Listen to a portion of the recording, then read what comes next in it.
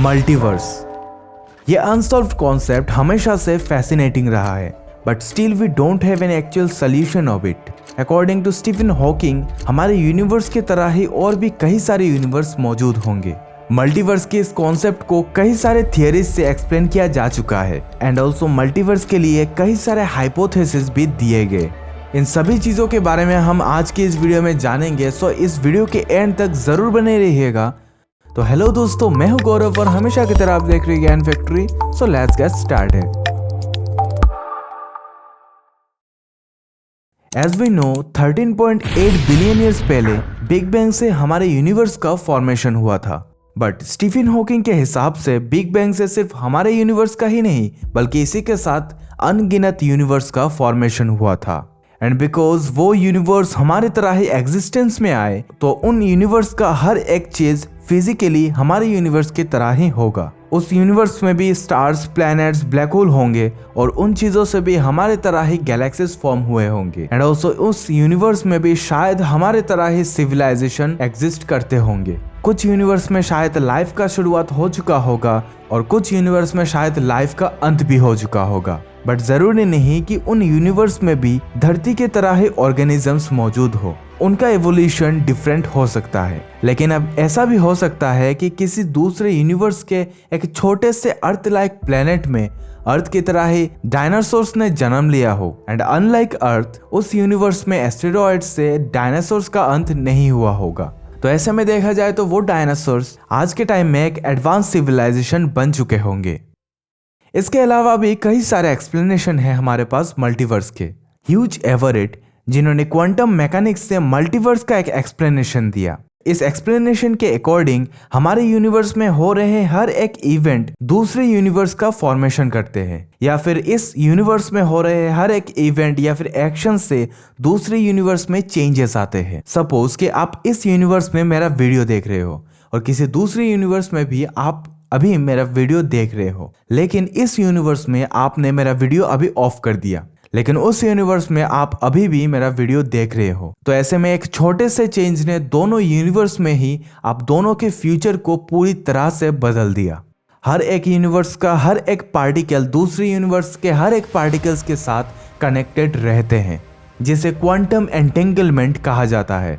तो ऐसे में किसी एक यूनिवर्स में छोटे छोटे चेंजेस से दूसरे यूनिवर्स में बहुत बड़े बड़े बदलाव आ सकते हैं। सारे यूनिवर्स कुछ फंडामेंटल पार्टिकल्स से बने होते हैं, एंड अगर उन फंडामेंटल पार्टिकल्स में कुछ भी चेंजेस आए, सपोज कि उन फंडामेंटल पार्टिकल्स का साइज छोटा या बड़ा हो गया, तो ऐसे में पूरा यूनिवर्स ही तबाह हो सकता है। एंड जरूरी नहीं कि हर एक universe same type of fundamental particles से बने हो। अलग अलग यूनिवर्स अलग अलग टाइप ऑफ फंडामेंटल पार्टिकल्स से बने हो सकते हैं और उनका अलग अलग फंडामेंटल लॉज भी हो सकते हैं। एंड इसी चीज को स्ट्रिंग थ्योरी से बड़े ही अच्छे से एक्सप्लेन किया गया है। फिजिसिस्ट, साइंटिस्ट सभी ये मानते हैं कि यूनिवर्स का स्मॉलेस्ट पार्टिकल एटॉम नहीं बल्कि उनमें मौजूद स्ट्रिंग्स है।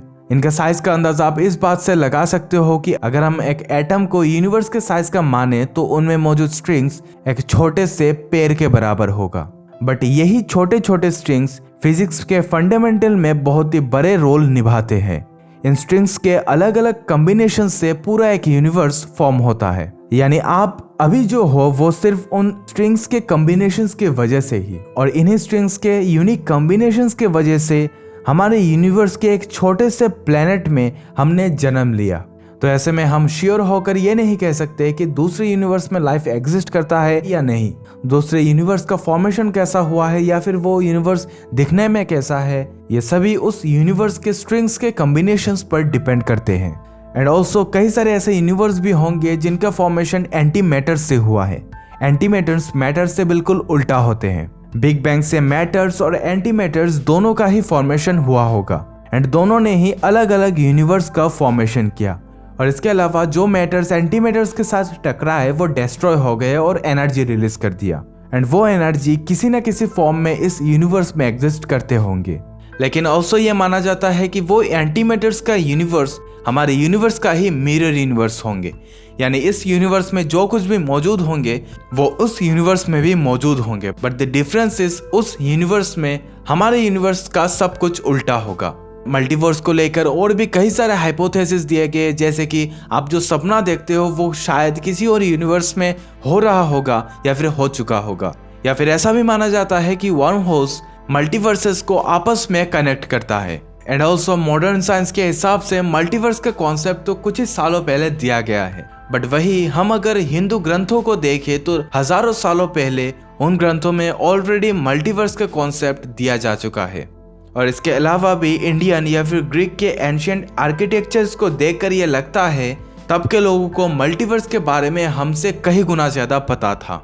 वैसे मल्टीवर्स के कॉन्सेप्ट के बारे में आप क्या सोचते हो, कमेंट सेक्शन में बता सकते हो। और ऐसे इंटरेस्टिंग वीडियोस हमेशा देखने के लिए मेरे चैनल को अभी सब्सक्राइब कीजिए। तो चलिए मिलते हैं अगले वीडियो पे।